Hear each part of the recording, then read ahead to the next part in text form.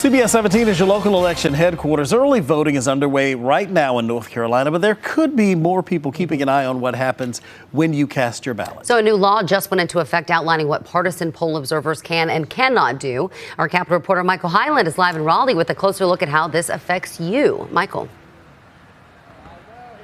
And poll observers have been around for decades in North Carolina, but this new law is going to make it easier for them to move around in polling places like this one. However, there are limits as far as what they can do.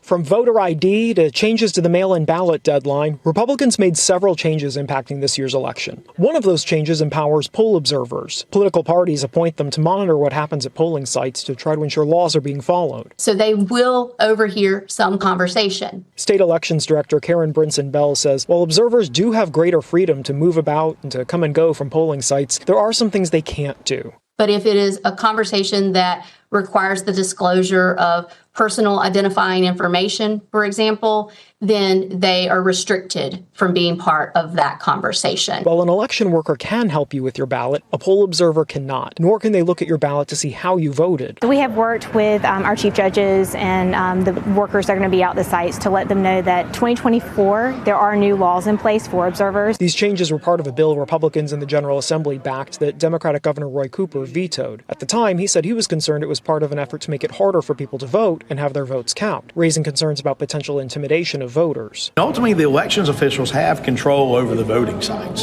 So if someone is there being disruptive or threatening or something like that, then that can be dealt with.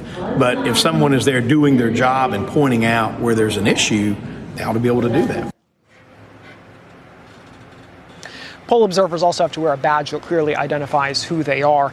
They are not allowed to take photos or video of voters inside a polling place unless they get permission from that voter and the chief judge at the polling site. Rod and Angela. Well, Michael, there have been even more changes later this year. What else are state lawmakers talking about doing here?